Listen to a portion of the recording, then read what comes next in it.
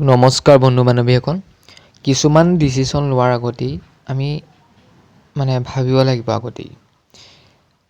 তোমালোকৰ মূল কথাটো আহি পৰিব যে তোমালোকে ছায়েন্সত পঢ়িবানে, কমাৰ্চত পঢ়িবানে, আৰ্টছত পঢ়িবা। এই তিনিটা কোনোবা এটাত মেজৰ ল'ব লাগিব। আৰু এতিয়া ছায়েন্স কি? ছায়েন্সত থাকিব তোমাৰ ফিজিক্স, কেমেষ্ট্ৰি, এই ধৰণৰ বায়'লজি, এই ধৰণৰ বিষয়সমূহ। যদি এইসমূহত তোমালোকৰ কাৰোবাৰ ভাল লাগে বা পঢ়িবলৈ ইজি পোৱা, তোমালোকে সেইখনত ছায়েন্সত ল'ব পাৰা।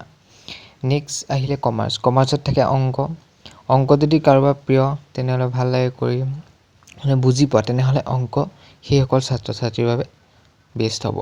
আৰু নেক্সট থাকিলে আৰ্টছত তোমালোকৰ থাকে কি? সমাজ বিজ্ঞান, যেনেকৈ ছ'চিয়'লজি, সেই ধৰণৰ বিষয়সমূহ থাকে। এডুকেশ্যন শিক্ষা, ৰাজনীতি বিজ্ঞান, সেইসমূহ তোমালোকে পাবা। তেতিয়াহ'লে সেইসকল ষ্টুডেণ্টৰ কাৰণে আৰ্টছটো বেষ্ট হ'ব। তো গম পালাই আজি ভিডিঅ'টোৰ পৰা। যদি ভিডিঅ'টো ভাল লাগিলে এটা লাইক কৰিবা, আৰু কাৰোবাৰ যদি ডাউট আছে কমেণ্ট কৰি জনাবা। তো আজি ভিডিঅ'টো লগ পাম মোৰ নেক্সট ভিডিঅ'ত। আৰু চেনেলটো যদি নতুন নাহিছা প্লিজ ছাবস্ক্ৰাইব কৰি থ'বলৈ নাপাহৰিবা, আৰু ভিডিঅ'টো এটা লাইক কৰি দিবা। তো লগ পাম মোৰ নেক্সট ভিডিঅ'ত। ধন্যবাদ।